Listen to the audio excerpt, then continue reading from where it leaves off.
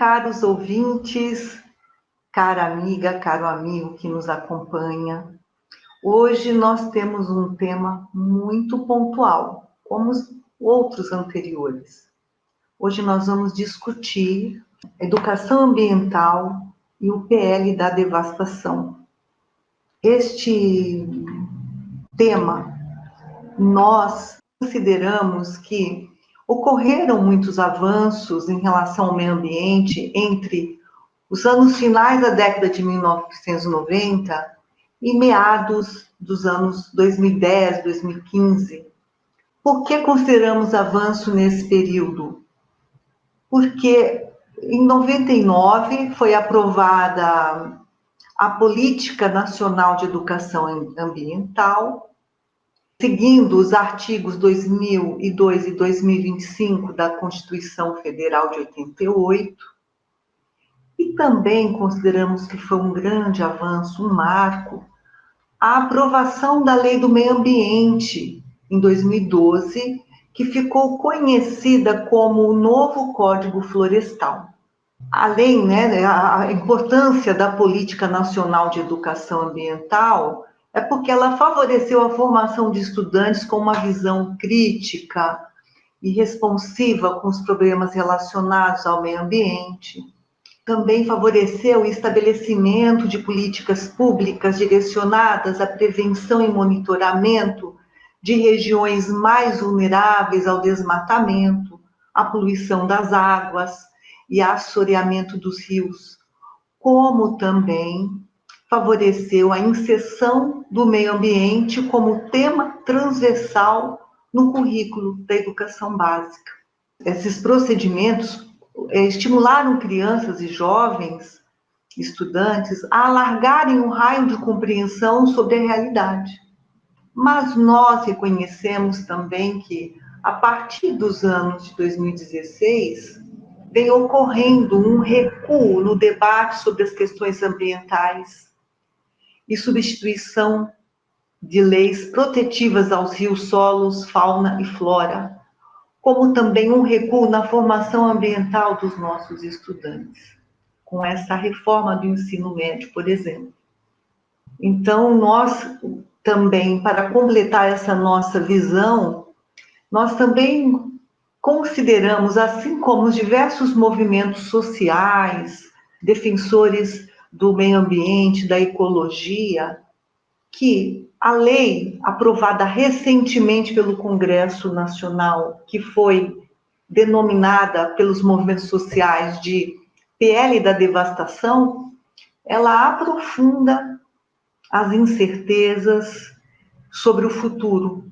Ela aprofunda os problemas sociais. Além dos problemas sociais, os problemas relacionados ao clima, ao esgotamento da água, os rios vêm diminuindo o volume de água. Então, nós consideramos um grande problema para o país e para a humanidade. Então, para debater este tema hoje, nós convidamos duas professoras que estão ligadas à temática, são especialistas e estudiosas na área. Giovana Barbosa de Souza e Gláucia Fornazari Maximiano. A professora Giovana Barbosa de Souza, ela é graduada em Relações Públicas, é mestre em Direitos Humanos e Educação Ambiental pela Universidade de Pádua, na Itália. Ela também tem especialização em Filosofia e Natureza, que habita em nós. Ela é fundadora da APOEMA, Educação, Direitos Humanos e Sustentabilidade. Ela também participa da Rede Paulista de Educação Ambiental. Então, eu vou passar a palavra para você, Giovana. A palavra é sua. Olá, Lúcia. Olá, você que nos ouve nesse momento. Lúcia, muito obrigada. Eu quero começar agradecendo o convite a você e a Gláucia, que me possibilitaram a oportunidade de estar aqui conversando com vocês hoje. Então, muito obrigada, Lúcia, pela sua iniciativa desse trabalho, de, né, trazer esse podcast importante para a gente conversar com as pessoas que nos ouvem.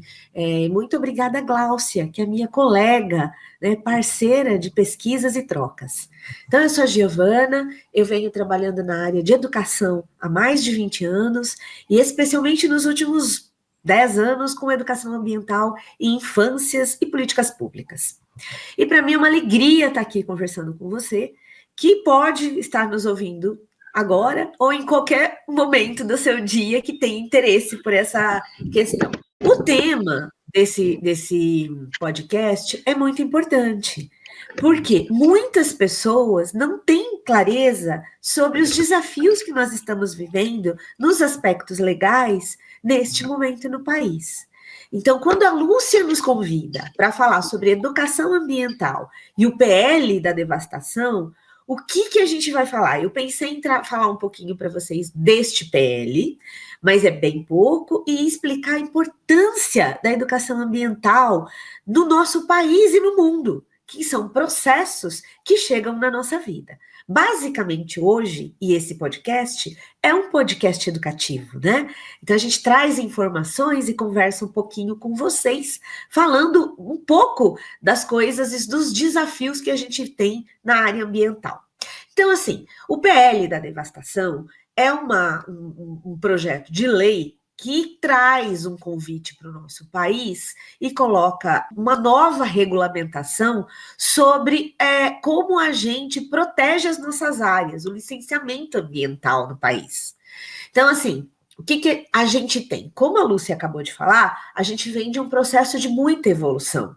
E a área ambiental é uma área muito complexa. Na área ambiental, nós temos questões específicas que falam sobre o solo, sobre a água, sobre o ar, sobre a nossa condição de vida e os cuidados que nós, humanos e as outras vidas, precisam para habitar no planeta.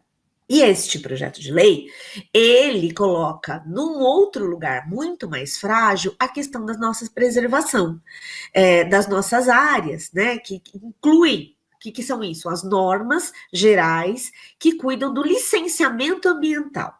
O licenciamento ambiental é um processo que regulamenta como a gente vai cuidar das áreas protegidas do país.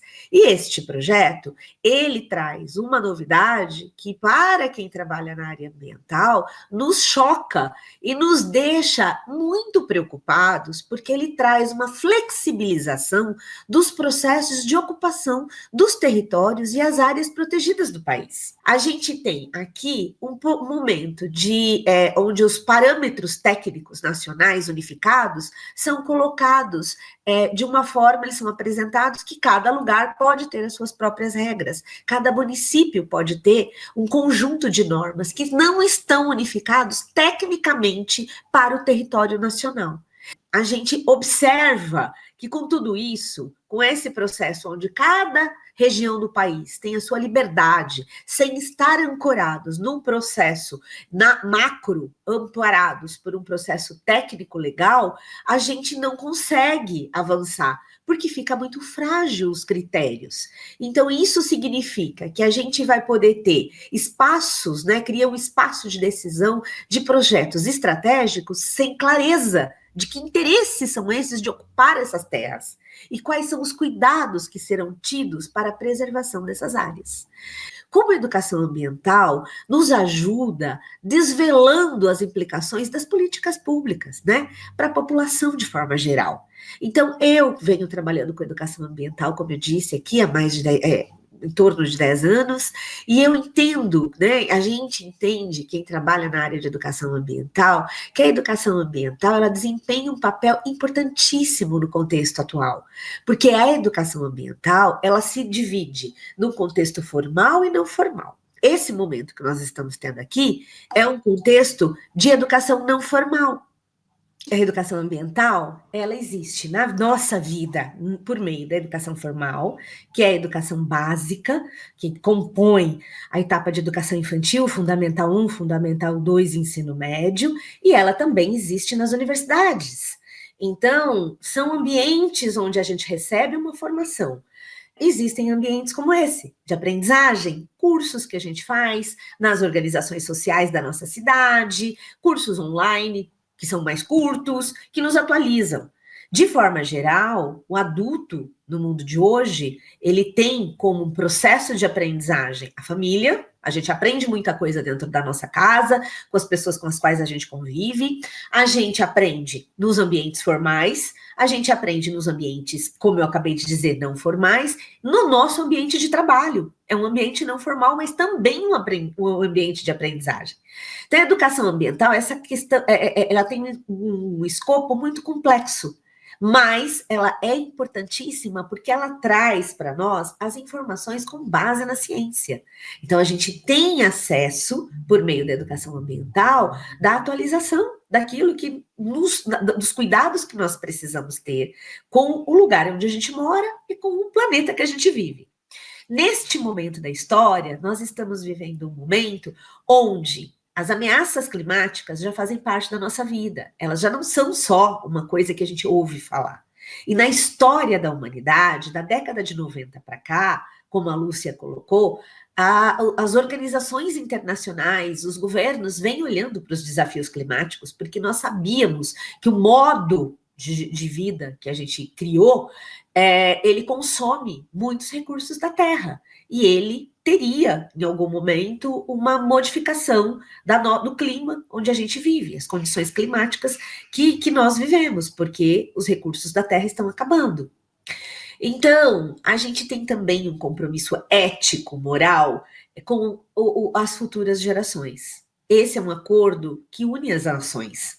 E muitas vezes a gente não sabe. E a educação ambiental é esse lugar que vai trazendo essa atualização para nós.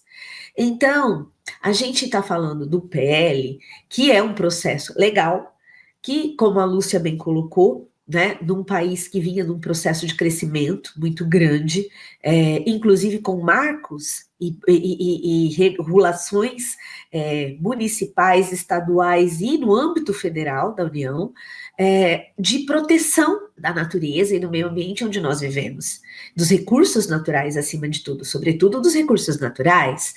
E nós estamos num processo onde nós estamos avançando no desmatamento, né?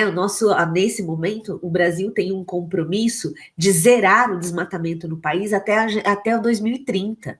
E este ano avançamos, chegamos em 50% da preservação ambiental. Então, um projeto de lei como esse compromete todo o esforço feito pelos governos, pelas pessoas que trabalham nessa área e no avanço do entendimento que nós temos, dos cuidados que nós precisamos ter para preservação do nosso lugar onde nós vivemos.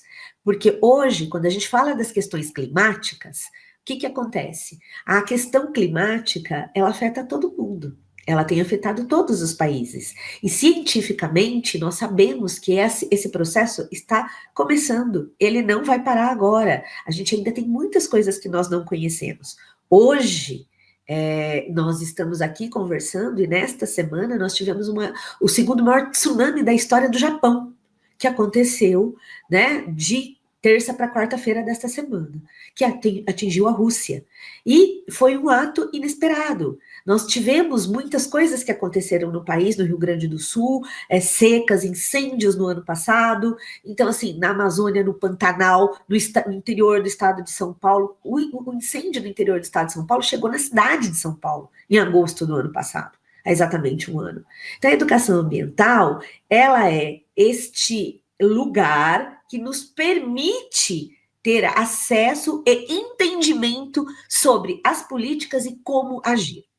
A gente, quando vai falar de educação ambiental, eu queria contar um pouquinho para vocês como é que a gente tem, né? Então, as funções e os benefícios. A educação ambiental traz para a sociedade civil, para todos nós, conscientização sobre a área ambiental. Ela também ajuda a promover saúde, porque a gente pode ter noção de como a gente avança. Prova disso foi a Covid, né? Na Covid, ficamos todos em casa. Retomamos o cuidado com a água. Aprendemos a lavar a mão, reaprendemos a lavar a mão. E o ato de lavar as mãos foi extremamente importante e se tornou parte da nossa vida novamente. Muitas pessoas não tinham mais este hábito, né? E a educação ambiental, ela traz também um fortalecimento da nossa consciência de cidadania, porque por meio da educação ambiental conhecemos os processos das políticas públicas que nos protegem. No mundo do trabalho, a educação ambiental, ela ajuda dentro da organização de práticas sustentáveis dentro das organizações, sejam empresas, indústrias, ou mesmo organizações da sociedade civil. Hoje, o mundo pede e não existe espaço para organizações que não têm práticas sustentáveis, né? Isso é um processo de educação ambiental, além de ajudar a melhorar a imagem das empresas, porque todos nós estamos buscando isso. Ajuda na redução, na reorganização da gestão da empresa, né? Dos custos. A gente aprende a pensar desde o momento que vamos comprar até o descarte de tudo que consumimos. No âmbito da educação ambiental, é o paradigma de deixar de acumular, porque o regime econômico que vivemos nos instigou a acumular, mas a gente precisa aprender a valorizar, a ser quem somos, e não a ter e não a acumular.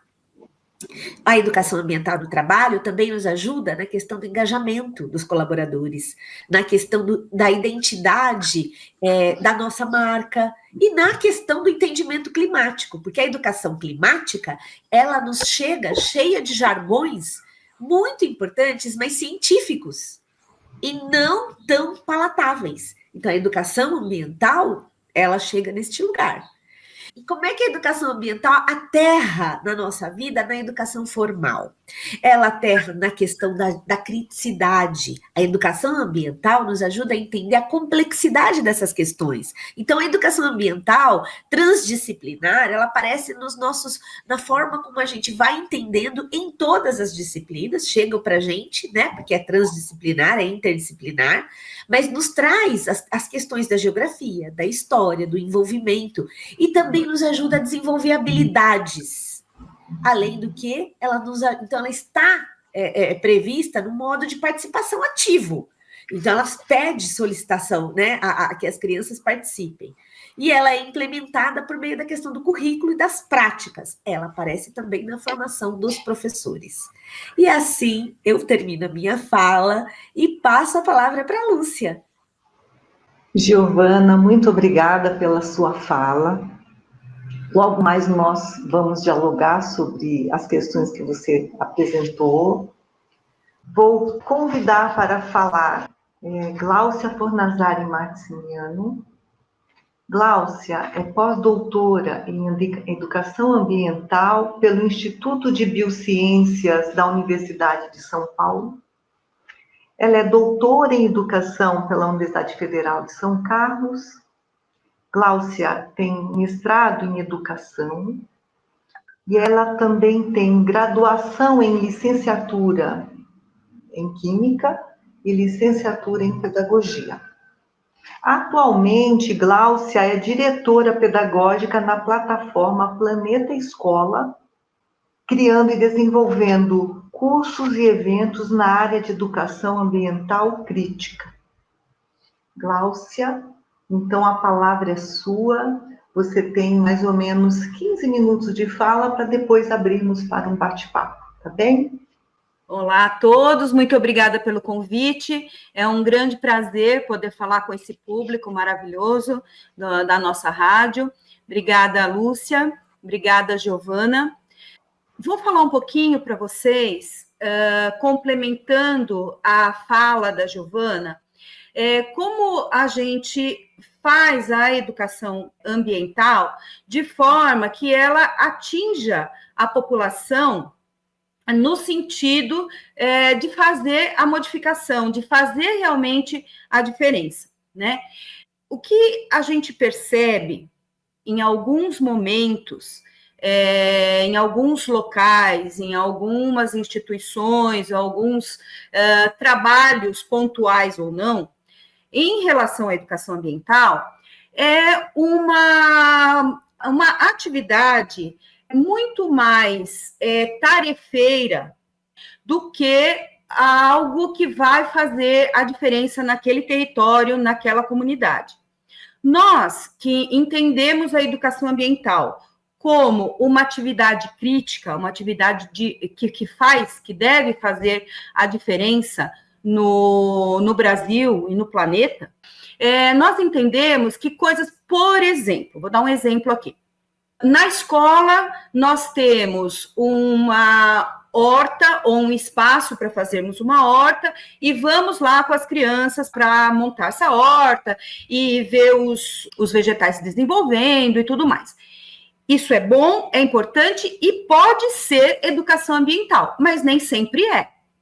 Às vezes, essa atividade de fazer uma horta na escola se constitui numa atividade pontual, interessante, lúdica, mas que não leva a certas reflexões. Por exemplo, ao tratarmos uma horta na escola, nós podemos falar da alimentação, podemos falar das plantas não convencionais, podemos falar das formas de produção, podemos falar das formas de produção que fazem a precarização do trabalhador do campo, podemos falar disso e também da PL da devastação, por exemplo, que agora essa PL 2159/21 tem trazido para a gente uma grande preocupação, porque tem a possibilidade de institucionalizar o clientelismo, por exemplo.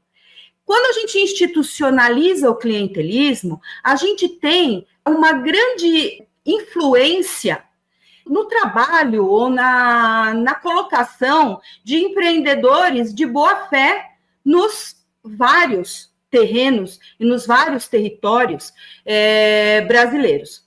Com isso, a gente tem uma influência no modo de produção da agricultura familiar, temos uma influência no modo de produção do agro, né, dos produtores um pouco maiores. Então, falar em horta, montar uma horta na escola, pode ser muito mais do que aquilo que a gente vê em alguns lugares, né? É isso que nós entendemos por educação ambiental crítica. Nesse momento que o país, o planeta, estamos todos em colapso, né?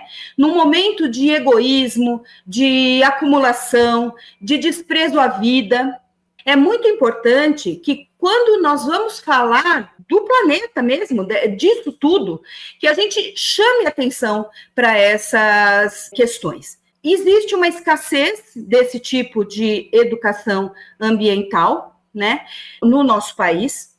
Muita gente faz a chamada educação ambiental, mas a educação ambiental tem várias vertentes, né?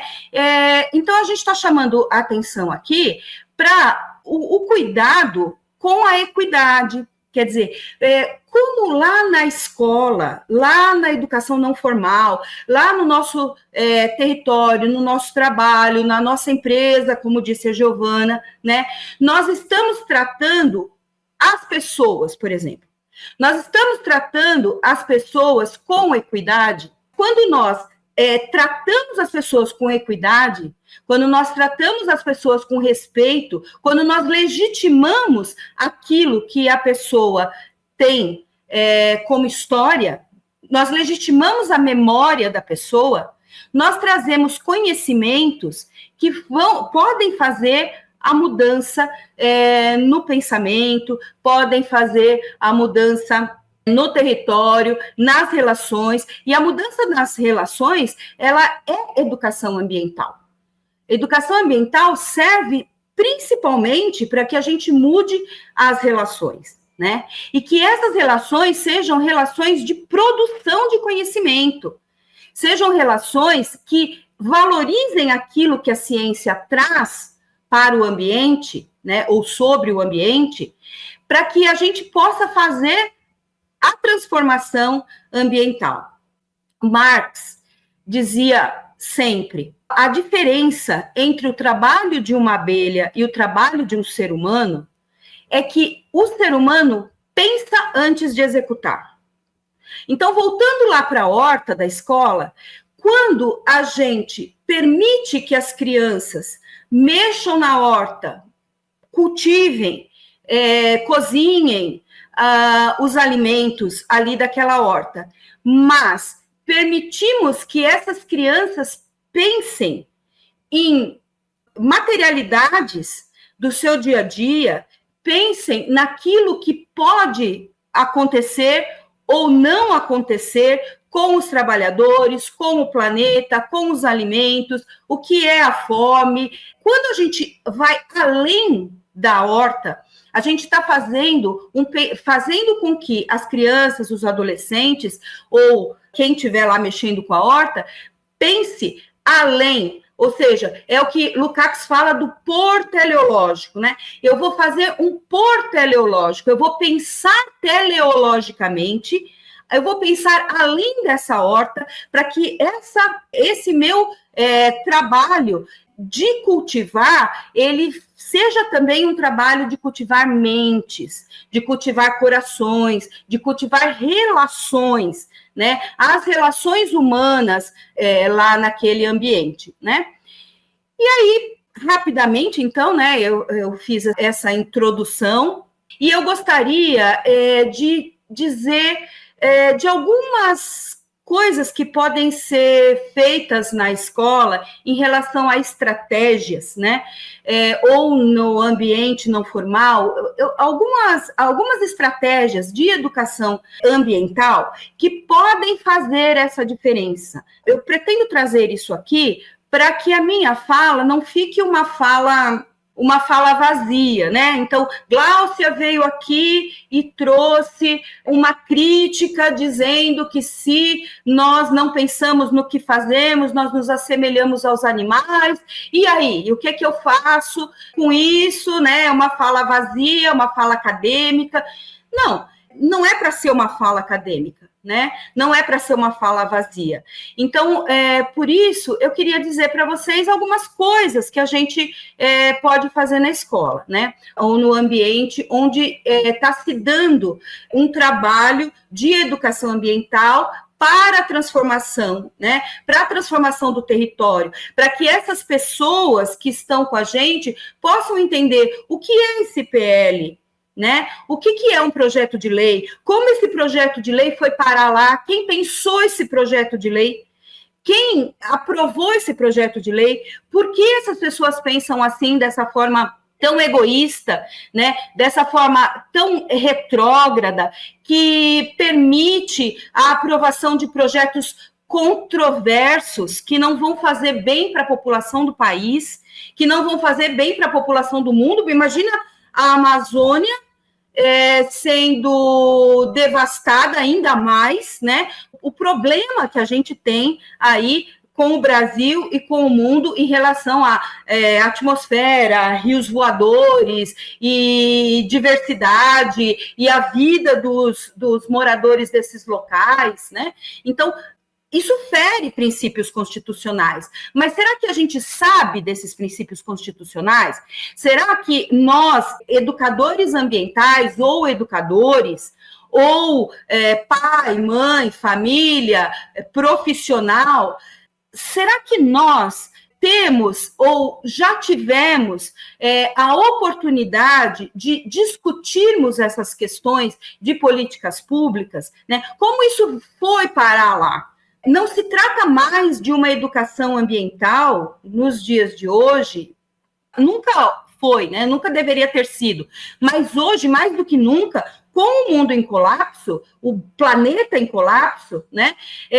Não dá mais para falar da horta simplesmente pela horta. Então, como a gente pode fazer para trazer esse trabalho, por exemplo, com a horta, que venho falando lá desde o começo, para trabalhar também essas questões?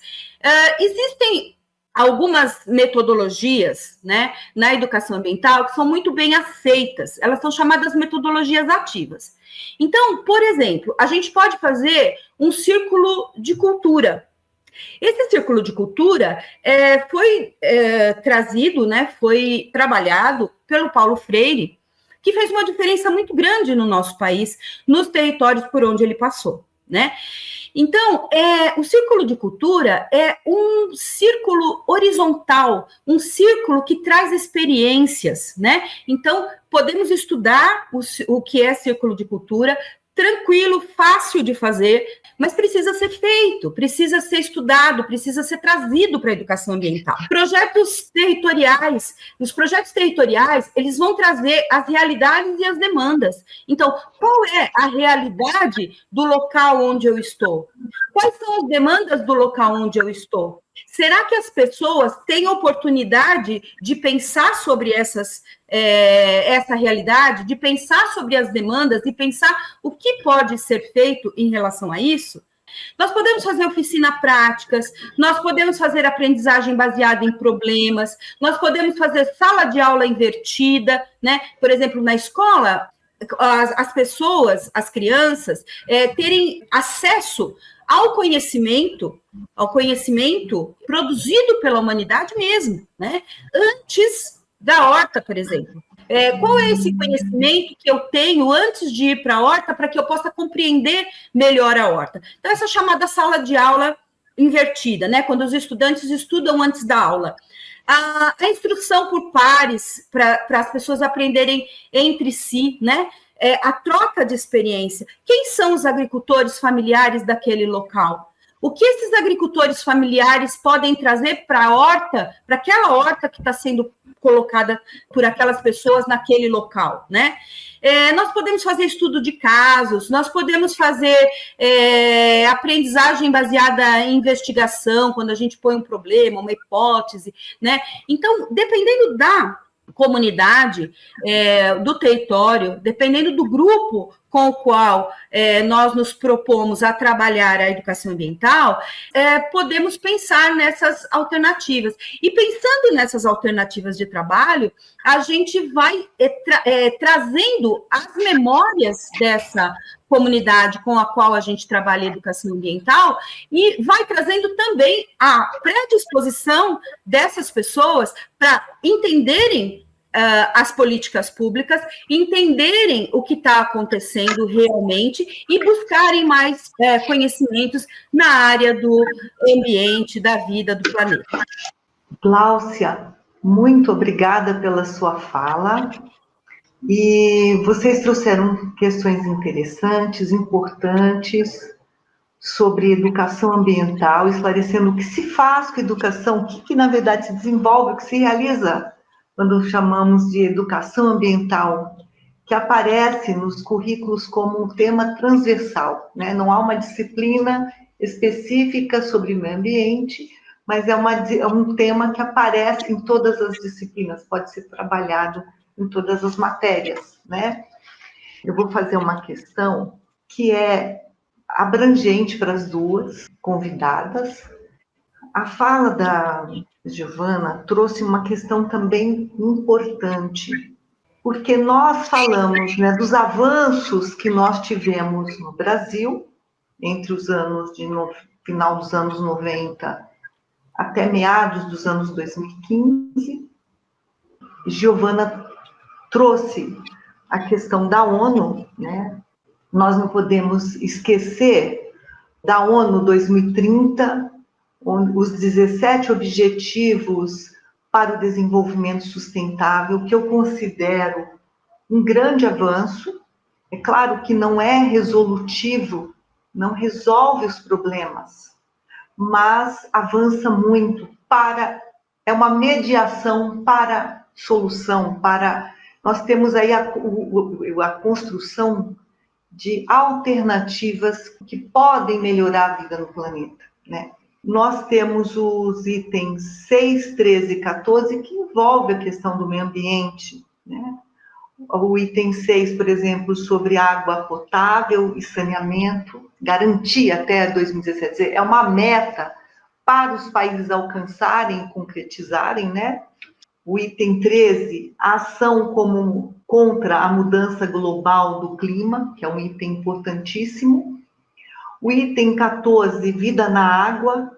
Aí a questão é, como é possível, além desses movimentos, não sei se foi esse ano ou se foi no final do ano passado, o encontro que houve aqui no país, vieram os países ligados o G20, mas também chegamos a ter representantes de 40 países, muito significativo, para fazer esse debate, né? Mas, para além desse movimento que envolve a participação dos Estados nacionais, envolve também a nossa participação dos movimentos sociais, das instituições, das universidades, das escolas. Então, a questão é como nós vemos as possibilidades, de fato, no nosso patamar, que é mais aqui na base, como conseguir participar desse movimento e fortalecer esse movimento, que é global. O caminho é se tornar cada vez mais global, cada vez mais amplo, embora ocorra boicotes nesse movimento, né? Então, essa é a primeira questão que eu faço, depois eu passo para outra questão. Obrigada, Lúcia, pela pergunta. É uma pergunta muito interessante, muito estratégica. Eu agradeço essa pergunta. O processo de diplomacia promove uma educação não formal que chega na nossa vida, porque são acordos que os estados, né, as nações se comprometem e chega na vida da gente como? Por meio do município, porque na cidade, no município que todos nós vivemos, não só na cidade, na área rural também, mas é no município que a vida acontece. Então, a gente vem, no começo deste século, a gente tem os ODMs, que foram apresentados lá no anos 2000, que eram 8 Objetivos de Desenvolvimento Sustentável. Em 2015, como você falou e a Gláucia falou, a gente estava o Brasil vem de um processo de avanços nos âmbitos dos marcos legais, porque o Brasil participa ativamente das Nações Unidas e dos compromissos internacionais como um Estado democrático, né? Então, a gente adere aos ODS, aos 17 Objetivos de Desenvolvimento Sustentável. As nações que aderiram a esse compromisso, elas são signatárias e elas, de acordo com o regime político de cada país, têm um trabalho de implementação. Nós, naquele momento, nós aderimos, fomos signatários em setembro de 2015. E aí vivemos um processo político interno muito delicado, porque nós vivemos um impeachment, e o impeachment não é uma coisa banal num processo político, ele é bastante profundo, com profundezas, né, com consequências muito profundas. O nosso país entrou num lugar onde as questões até então trabalhadas, elas tiveram meio que uma pausa, e houve uma mudança de visão política no Brasil. Então, a Agenda 2030, que acompanha os ODS, não teve espaço para ser trabalhada, no meu entendimento, como deveria e como poderia, porque a gente teve essa disputa de visão de mundo que se apropriou do país.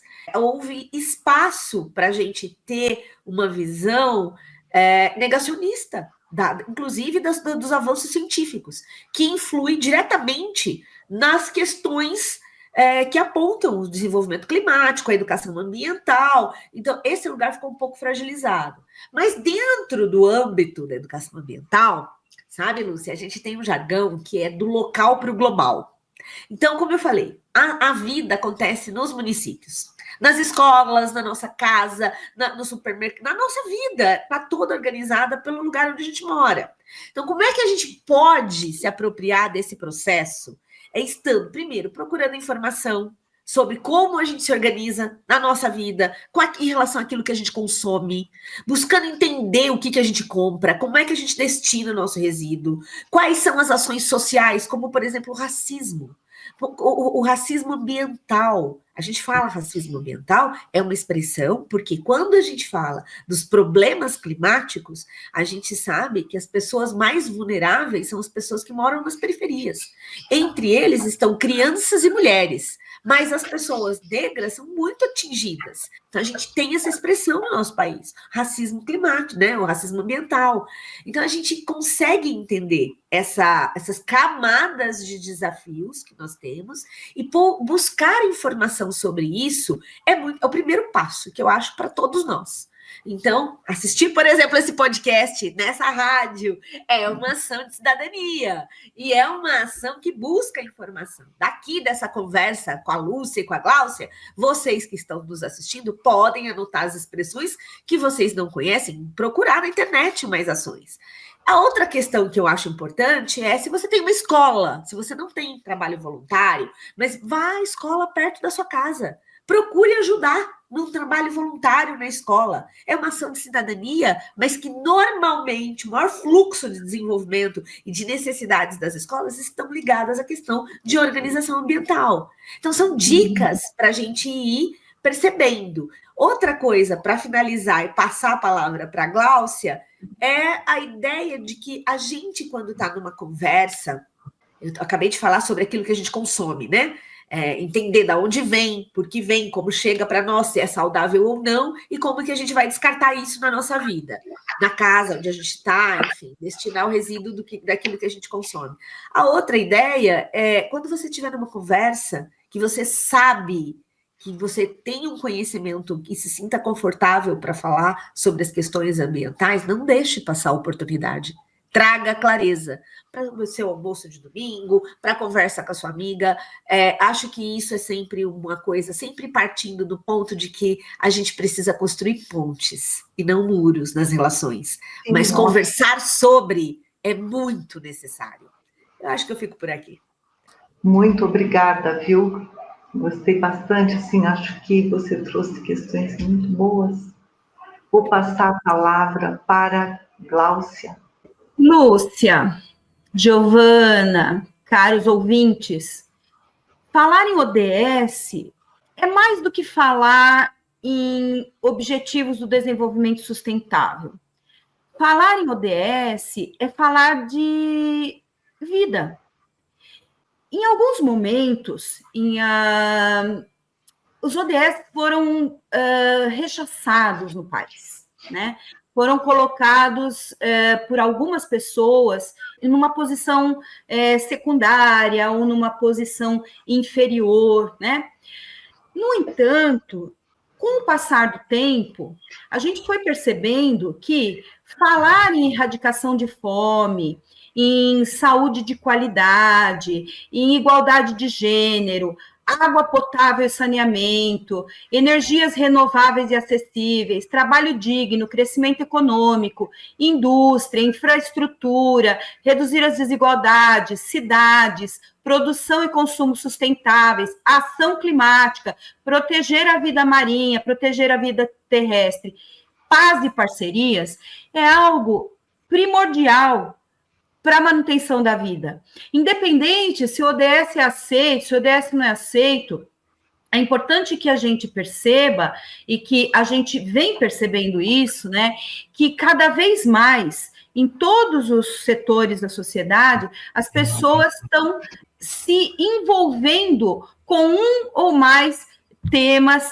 Por exemplo, vamos dar um exemplo assim da inclusão, né? Há muito tempo que a gente vem falando em inclusão de deficiente na época, inclusão de uma maneira geral. No entanto, se é diretamente relacionado ou se é diretamente consequência do ODS, eu não sei dizer, mas quando a gente tem universidades que tem uma grande porcentagem de gente que estava totalmente alijada dela durante toda a história do país, a gente está falando em desenvolvimento sustentável.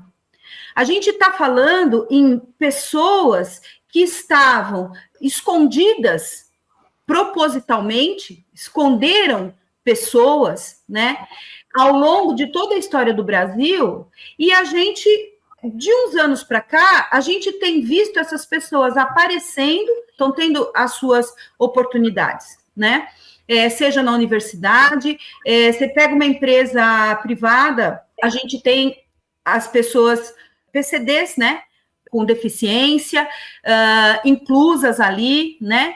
Então, eu acredito que a gente vem tendo, por conta também dos ODS, né, a gente vem tendo avanços significativos no nosso país em todos os setores. Falando especificamente em educação básica, eu posso dizer que, um exemplo, por exemplo, a Prefeitura de São Paulo, ela tem todo o currículo dela linkado com os ODS.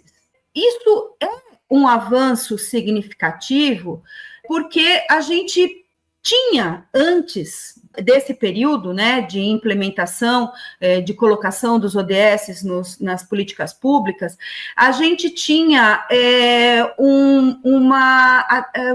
era como se fosse uma aversão à educação ambiental na escola, sabe? A educação ambiental era vista e era tratada quando era, né, de uma forma não interdisciplinar, né, de uma forma mais pontual por alguns educadores que se interessavam por aquilo. E a gente tem hoje uma discussão, né, se a educação ambiental tem que ser ou não uma disciplina dentro da escola. Mas enquanto essa discussão rola, essa iniciativa da Prefeitura Municipal de São Paulo, pela sua Secretaria Municipal de Educação, e é um exemplo, né? Existem outras. Essa iniciativa, ela já, pela minha experiência, pelos meus estudos, ela já fez uma grande diferença na forma como os conteúdos são tratados no chão da escola. E isso é muito importante. Então, o que a gente tira, né, dessa minha fala é que a crítica aos ODS, ela pode e deve ser feita, mas nas instâncias específicas para isso, nos momentos específicos para isso. Mas na prática, a gente tem visto que muitas coisas estão surtindo efeitos diferentes daqueles que eram antes, né? Muito obrigada, Gláucia, muito obrigada, ficou muito bom. Vocês duas, né, você, Giovana e Gláucia, nas duas falas apareceu uma questão muito importante, que é a questão da disputa de interesses, disputa de pauta de discussão, disputa de debate. Uma disputa são daqueles que são os donos, hoje a gente brinca, os donos do mundo, né? Porque tem muita grana, sua visão de mundo sobre todas, e impõe, de certo modo, a visão de mundo para toda a sociedade, impõe a sua agenda, impõe seus interesses. São aqueles setores que se dedicam pontualmente à acumulação de capital, pensa apenas no lucro e não no ser humano, e eles vêm aí fazendo horrores, né? E também estão por trás desta aprovação do PL da devastação.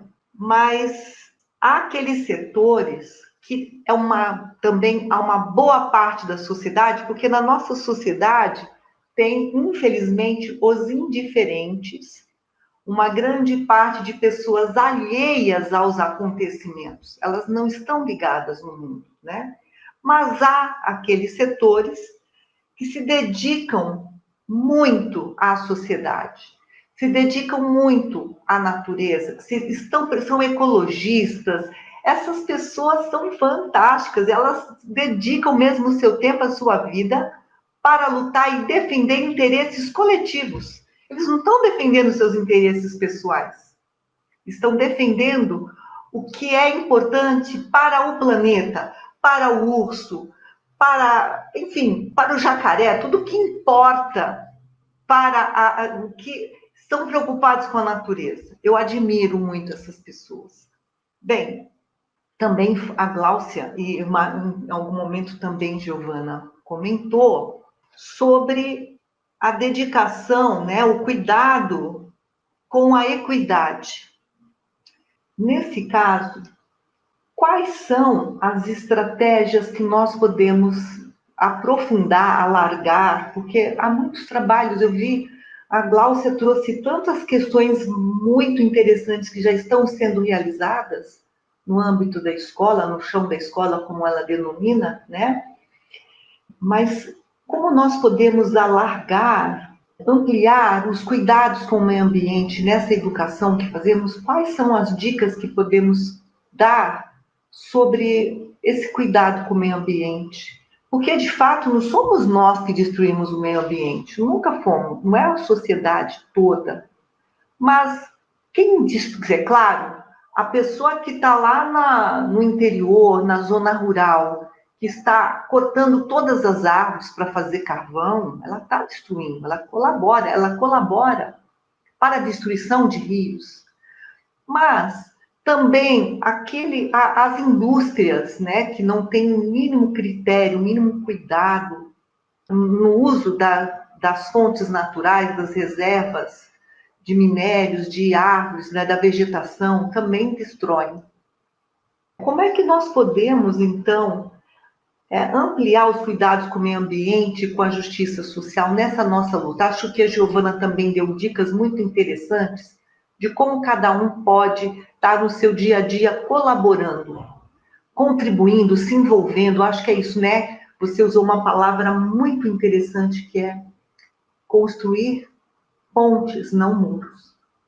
Esse diálogo, alargar o diálogo, já é um caminho, mas assim, o que podemos fazer para ampliar os cuidados com o meio ambiente e com a justiça social? A segunda questão que eu achei muito interessante, que isso eu só fui saber da existência de rios voadores, olha que ignorância.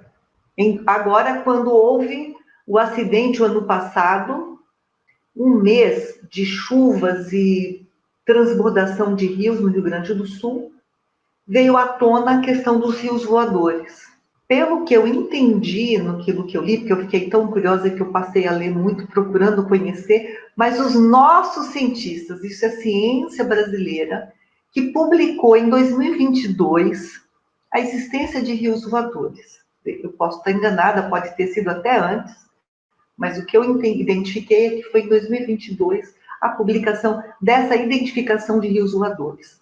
E toda a explicação que foi dada naquele momento sobre o clima, sobre os ventos, sobre a mudança de rumo dos ventos, né? Mas, assim, o que eu gostaria mesmo, se vocês puderem falar um pouco, sobre esse avanço da ciência brasileira. Se tiver alcance, não tem problema, porque eu sei que é muito emergencial, é muito recente tudo isso. É que eu fiquei muito fascinada, eu acho que a ciência brasileira tem avançado demais no âmbito das energias, do domínio, né, de novas fontes de energias e, enfim, de todo esse conhecimento climático. Mas, olha, não se sintam, é aqui mais assim, para ver se nós conseguimos saber um pouquinho mais, porque é um conhecimento novo que está sendo reverberado ainda, né? Não é de domínio público, tá bom? Obrigada pelas considerações. O que eu queria levantar aqui, que eu acho bastante importante, é uma questão do nosso país colonizado, sabe? O Brasil ainda tem, os brasileiros em geral, né? Essa ideia daquele que é o de escanteio, aquele que é o secundário, não é? Em geral, claro, a gente tem muita gente aparecendo, muita gente trabalhando e com resultados excelentes, internacionais e tudo mais. Mas eu estou falando do brasileiro comum, aquele que é do bairro, aquele que é da comunidade, aquele que é da aldeia, aquele que é do quilombo, né? Eu estou falando desse brasileiro. Então, o que acontece? Nós nos acostumamos a entender que o nosso lugar nesse mundo é aquele mesmo e pronto. Quando a gente tem uma catástrofe lá no Rio Grande do Sul, a gente sabe que surdos não conseguiram sair do local porque não escutaram. e morreram dentro das suas casas porque não escutaram, né? Então, quando a gente fala em equidade, a gente está falando de uma comunidade que se cuida, né? A gente está falando de uma escola que levanta essas questões, que não precisam ser questões. Na educação básica, a gente não precisa trazer todo o conhecimento de fronteira sobre ambiente. Na educação básica, a gente, e eu falo muito de educação básica, porque sou gestora da educação básica a vida toda, porque sou apaixonada por criança e adolescente, porque acho que está aí a mudança, né? Está neles a mudança, esse mundo, esse planeta, isso que está acontecendo agora não vai ficar para a gente, vai ficar para eles e para quem vier depois deles. Então, por isso que eu falo muito de escola, por isso que eu falo muito dessas organizações que trabalham com crianças e adolescentes. O que acontece? Quando a gente fala em colonização, quando a gente diz assim, olha, nós fomos um país colonizado, quais são as nossas perspectivas, né? O que a gente pode fazer, então, já que a gente foi colonizado e a gente está inferiorizado? Não. A gente tem que pensar exatamente o contrário. Quer dizer, eu sou membro de um país que foi colonizado lá atrás.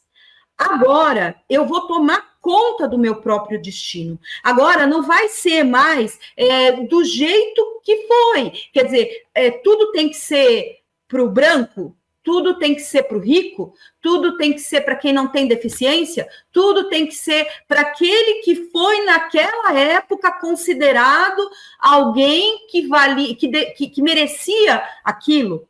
Quando a gente fala em educação ambiental, equidade, sustentabilidade, a gente está falando exatamente disso. A gente está falando de trazer a ciência. É claro que a gente vai trazer a ciência ambiental.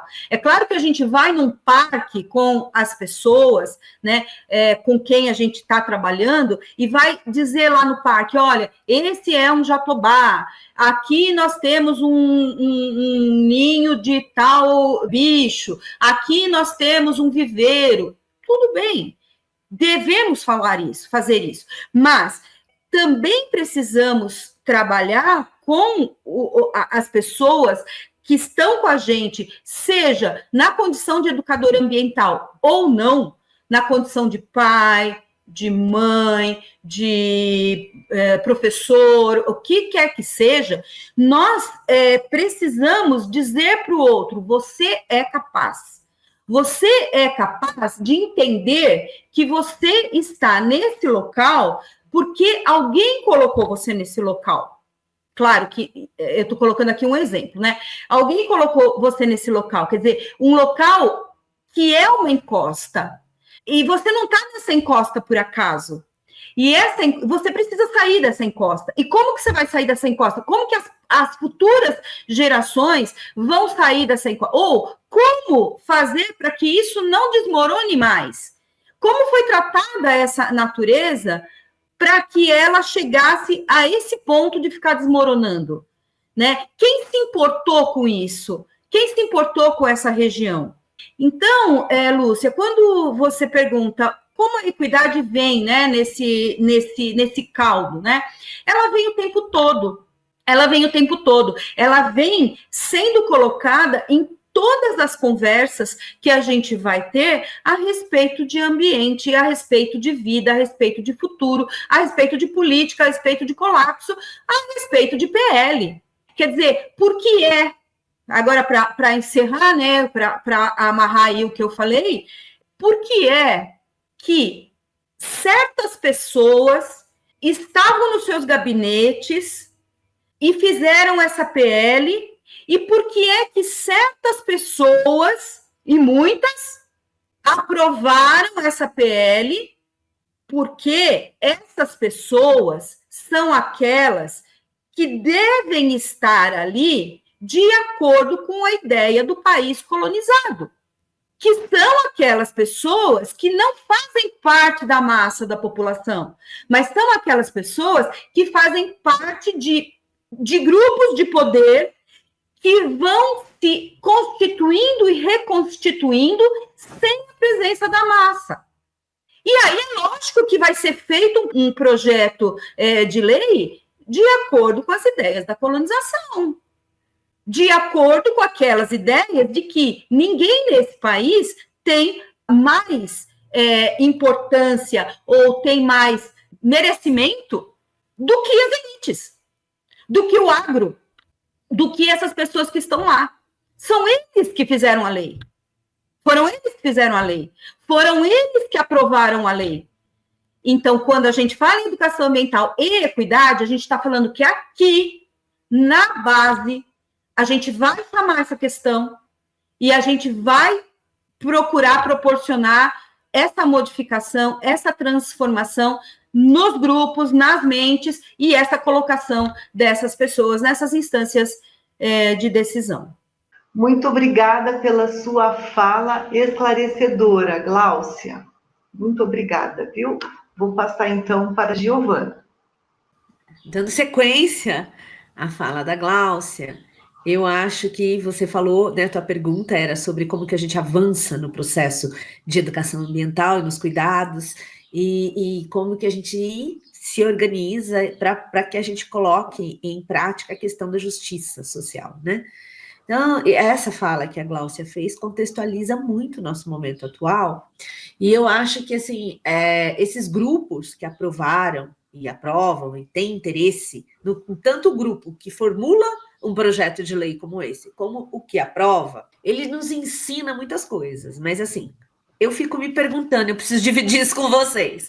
São pessoas que a gente sabe que têm interesse extremamente ligado a essa exploração desses recursos que vêm da terra e que vão fortalecer suas famílias e fortalecer este grupo.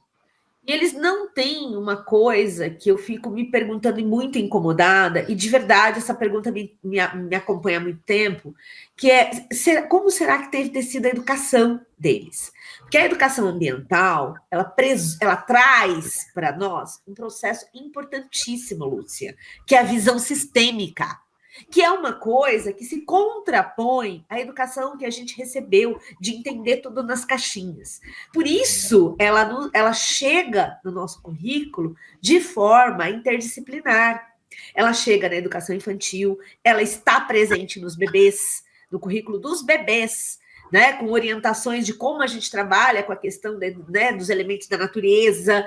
Ela está na educação infantil, no momento da pré-escola, do encantamento com a vida e com as possibilidades de vida. Quando você fala dos rios voadores, na sua fala agora há pouco, é um encantamento, não é, Lúcia? É a vida, é a terra pulsando, a gente descobrir e olhar para cima e ver as nuvens, e entender como a terra pulsa e vive. Isso é o encantamento nosso que a ciência vai revelando aos poucos, né? Mas a gente tem conhecimento disso convivendo com a natureza.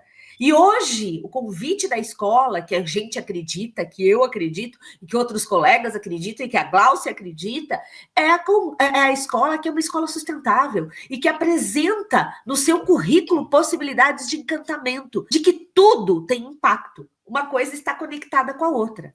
Quando a gente entende que a gente vai fazer uma lei, que só um pequeno grupo vai ter vantagem, é óbvio que o planeta todo vai viver consequências. E aí eu queria trazer uma coisa que eu tenho acompanhado em relação ao PL e que eu vi na fala da ministra Marina Silva. Eu não sabia disso. Aliás, eu não, né? Enfim, a gente viveu em 97, no governo de Fernando Henrique Cardoso, uma tentativa de mudança também do nosso código. A gente ainda não tinha o Código Florestal, que veio depois, né? A lei que ficou conhecida como novo Código Florestal, e a gente tinha ali uma coisa, um projeto de lei muito semelhante a esse que nós estamos vivendo. E foi o maior momento de mobilização do Brasil. O Fernando Henrique teve a caixa entupida de tantos e-mails e o Congresso foi paralisado porque eram caravanas chegando no Brasil tudo. E a Marina Silva conta isso, né? Que ela estava no plenário, no Senado, quando ela percebeu que o presidente da Câmara recebeu um telefonema do presidente falando: para tudo, o Brasil não quer isso. E aí o projeto não aconteceu. Hoje a gente vive um momento diferente, a gente vive, né? A gente vem de uma sequência, estamos todos pedindo para o nosso presidente vetar. A gente sabe que é um mandato extremamente complicado, porque a gente está com o Congresso que aprovou essa lei, que desenhou essa lei e que tem interesses diretos de lucros e de sobre uma série de perspectivas na aprovação desse projeto. Que o nosso presidente consiga vetar, e a gente está aqui engajado no processo de como é que a gente consegue que ele vete esse processo. Isso tudo é mobilização. E a mobilização, ela passa por um processo pedagógico, porque para poder se engajar nessas questões todas, há um processo de aprendizagem. E aí eu quero retomar a questão rapidinho dos ODSs.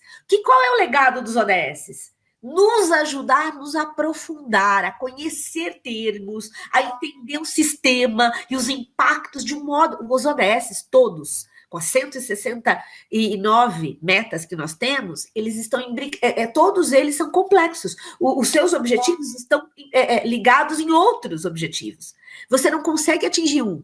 Você tem que atingir no mínimo 5 para poder ter um resultado. Então, o que intencionalmente vivemos hoje? Um processo de despertar para uma compreensão sistêmica. Isso é muito importante. E isso certamente vai nos trazer justiça social. Tanto que lá nos ODS, o nosso objetivo 16 está falando sobre cultura de paz. E está explicitamente falando sobre empresas e organizações. Como que a cultura de paz acontece no mundo do trabalho, nas instituições. Então, para aplicar os ODS, nós temos 5 P's. É uma metodologia que as Nações Unidas apresentou para a gente, que é sempre respeitar as pessoas, para proteger o planeta, por meio de parcerias, para que possamos viver em paz, para termos prosperidade. Isso é importantíssimo, porque o conceito de prosperidade ao qual a gente está falando não é um conceito ligado ao capitalismo, mas sim à expressão ancestral que nós, na América do Sul, vivemos, que está ligada ao bem viver. Para quem não sabe, o bem viver é uma expressão usada pelos povos andinos, mas muitas comunidades indígenas brasileiras adotam essa expressão. E ela está ancorada no respeito sobre todos os seres vivos, da nossa família, no respeito e no convívio com a nossa família, dos parentes humanos, mas também com todos os seres viventes do planeta.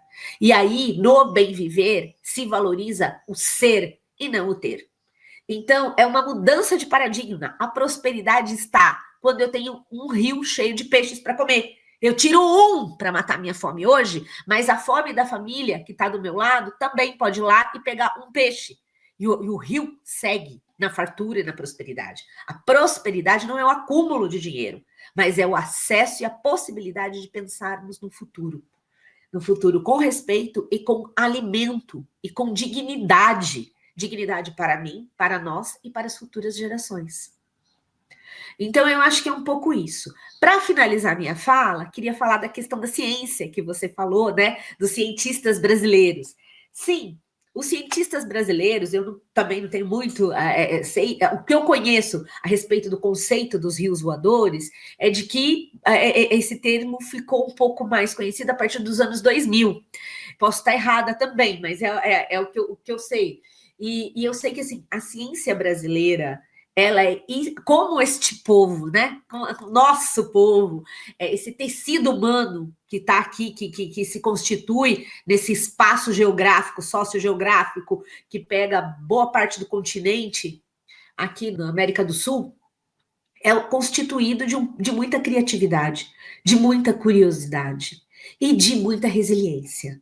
E eu acho que todos os cientistas brasileiros são, acima de tudo, resilientes e criativos. A gente sobreviveu e sobrevive a muitos desafios. E a parte que a gente teve na história com mais incentivo à ciência, com certeza, foi do final dos anos 2000 até 2015. Então, a gente teve, inclusive, incentivos de bolsas de estudo para os alunos brasileiros para poderem estudar em qualquer lugar do mundo, por meio de um programa chamado Erasmus. A oportunidade de uma jovem sair do seu país e viver num outro país, aprender uma outra cultura, uma outra língua, traz uma possibilidade de leitura de mundo que vai favorecê-lo e que vai dar instigá-lo a pensar e buscar, e a pesquisa.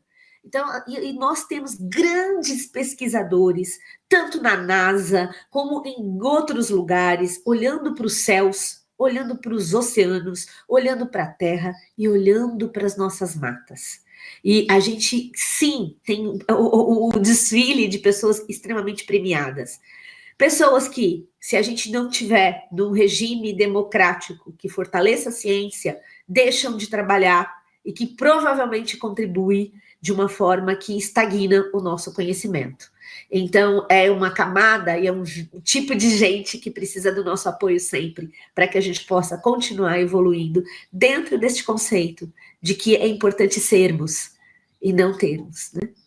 Só tenho que agradecer Giovana e Gláucia pelas falas esclarecedoras, que trazem crítica, mas principalmente esperança, que nós, a partir da fala de vocês, vê que estamos caminhando, nós vemos as conquistas para sairmos, das vezes, de um pessimismo que nos atinge.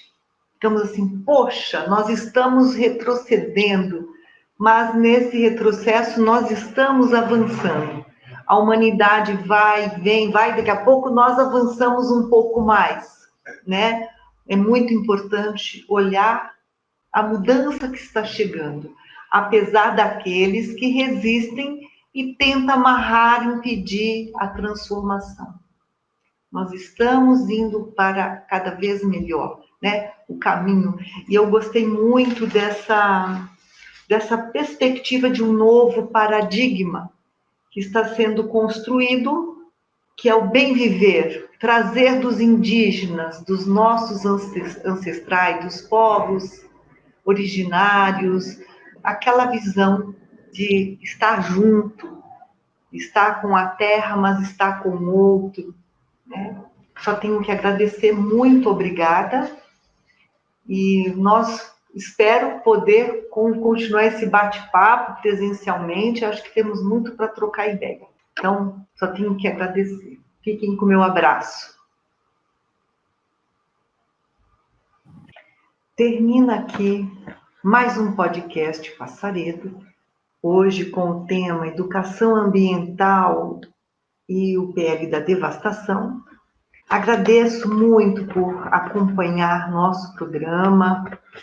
Também peço para vocês divulgarem para as pessoas conhecidas, porque este programa ele tem um caráter educativo, uma reflexão sobre os temas da atualidade, sobre as questões que estão presentes, que mexem com toda a sociedade. Convido vocês a ouvirem o podcast pelo Baruch News. Acessem o canal, se inscrevam no canal Baruch Comunicações. Agradeço muito e espero que estejam conosco no próximo programa, que ocorrerá agora no primeiro sábado de setembro. Tá bom? Até lá!